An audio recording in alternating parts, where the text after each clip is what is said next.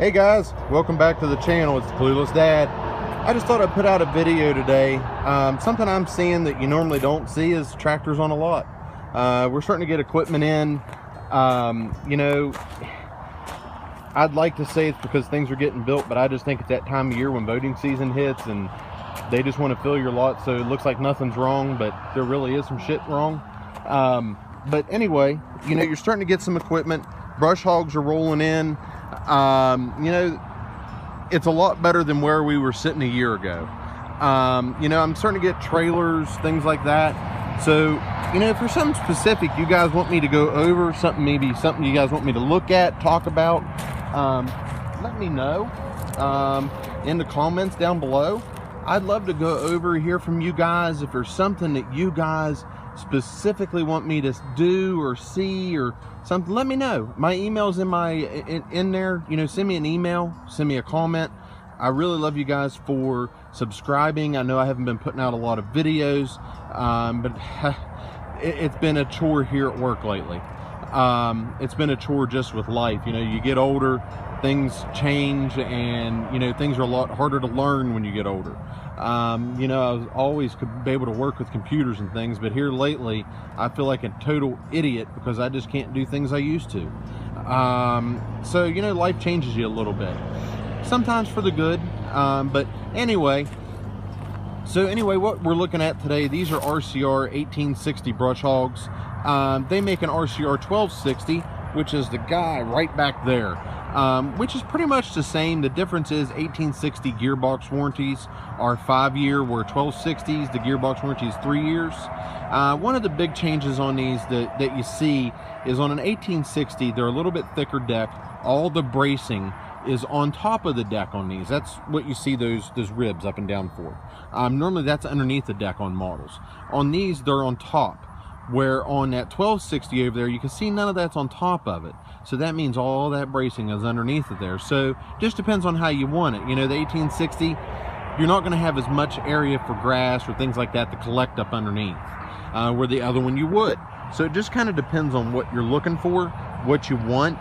A lot of these have, you know, your rear rubber strip along the back of them there. You know, all these in this size are going to be shear bolt. Which means when you hit it, the shear bolt's going to break rather than damaging the brush hog. You may damage a blade, but you're not going to damage that gearbox. That shear bolt is going to break before that happens, which is a nice thing to have. And that's pretty much, you just got to look. You know, some brush hogs are sent with a clutch, so some of them are not. So you just have to look and see. Normally your smaller ones, they're going to have shear bolts.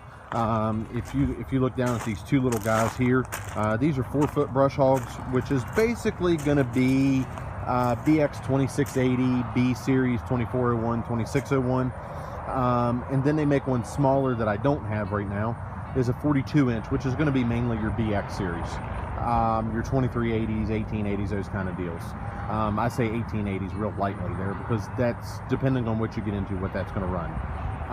So, you know, it's just kind of, and they're all 3-point hitch setups. So you can run those off 3-point hitches, being that these are landpride. Most equipment now is all going to be quick hitch mounted, which I am going to spin over here. Sorry for the run there around. This is what a quick hitch looks like on the back of a tractor.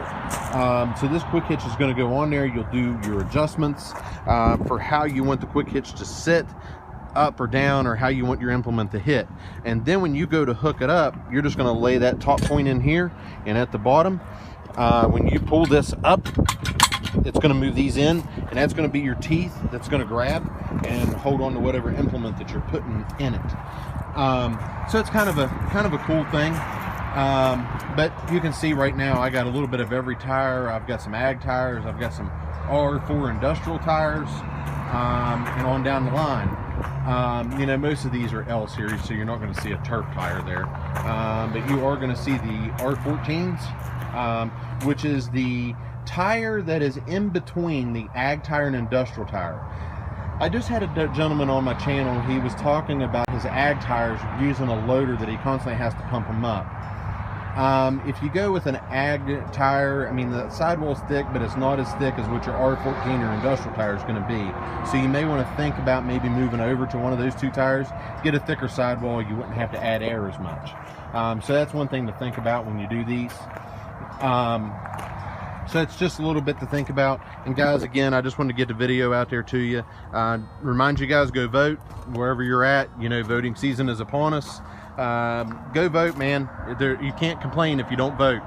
And everybody has a right to complain. I like to complain, I like to bitch about it, but I go vote, so I have a right to do that. So, you know, go do it.